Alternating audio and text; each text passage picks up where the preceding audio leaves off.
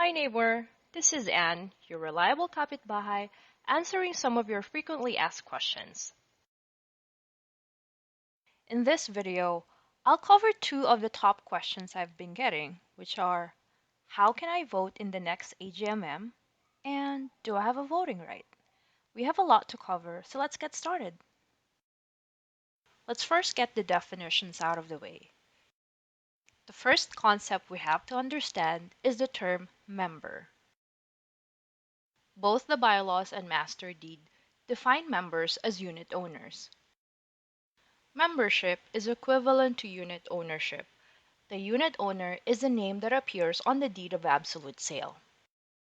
Therefore, tenants cannot vote unless they were authorized by the unit owner to vote on their behalf through a proxy form.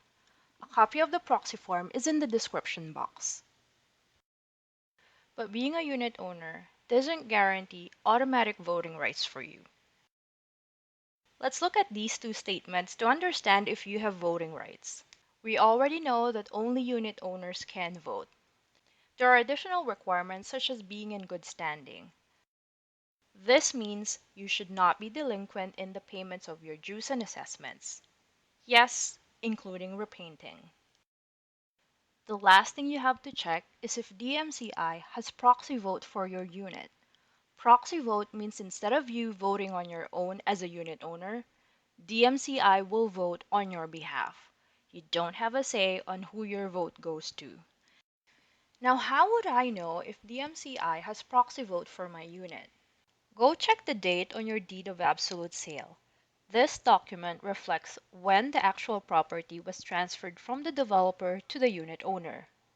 You have to count 5 years from the sale registration date, and that's when your voting rights begin.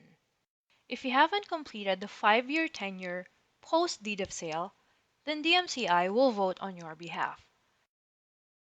This 5-year rule from the sale registration date is there to protect the interest of the developer. Let's use these sample scenarios to further understand if you have or do not have voting rights. If you paid cash, got your unit through a bank or Pag-ibig loan, count 5 years from the sale registration date, and that's when you get your voting rights. Technically, DMCI got paid already.